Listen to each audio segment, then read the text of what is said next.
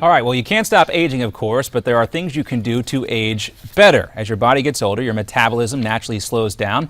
And joining us to discuss how to keep your metabolism high and how to slow down the effects of aging is Al Sanchez Jr. He's the CEO and president of AMARC Enterprises, I should say. First off, thanks for being with us.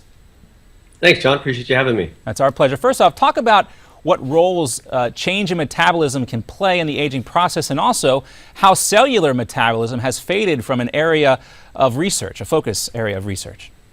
Well, I mean, think about it just simply as we age and grow up. So think back if you have kids or when you were younger, how much energy you had.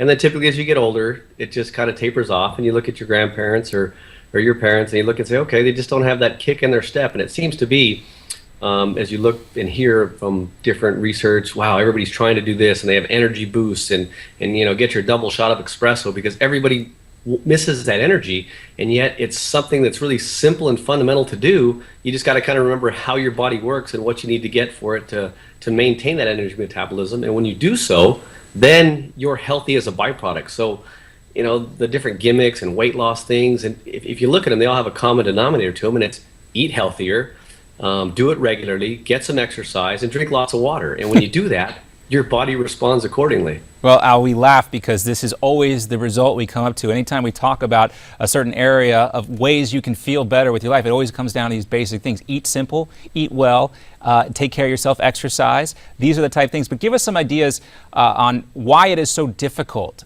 for folks to do these things, because they seem, as you say, pretty simple. Well, I mean, the reality of it is our culture and our society. It's interesting. They call it the standard American diet.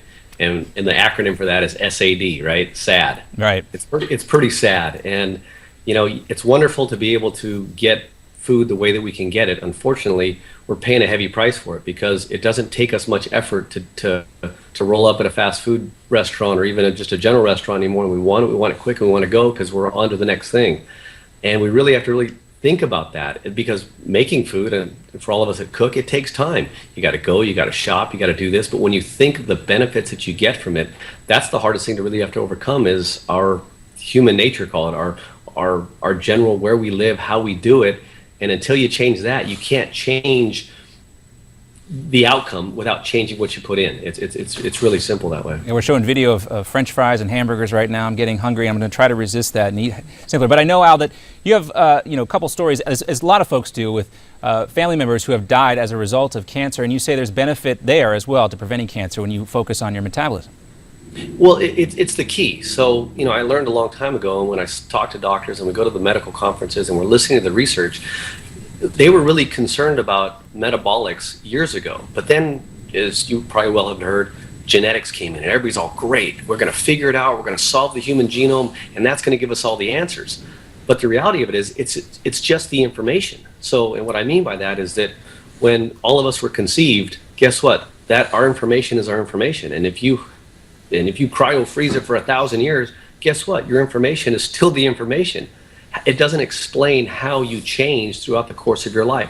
And in relation to hormones, what you eat, your lifestyle, diet, all these things play factors into the outcome, and the primary role of that is energy. So this is where metabolism is key. Without proper metabolics, nothing else works. So imagine you're driving the nicest car on the planet, but if you can't get the engine to run, it doesn't matter. Yeah, that's an excellent metaphor and a good way to put it out. And thank you very much for your insight on this. Metabolics still a very important part of our health. And of course, it comes down to simplicity. Eat well and exercise. Al Sanchez, thanks so much for being with us. Thanks for having me, John. Appreciate it. Have a great day. All right. Well, they share a state. Mitch McConnell is endorsing Rand Paul as well and his quest for the White House. But when it comes to the Patriot Act, they agree to disagree. But does this mean our national security is at risk? We'll talk about that in the roundtable right after this.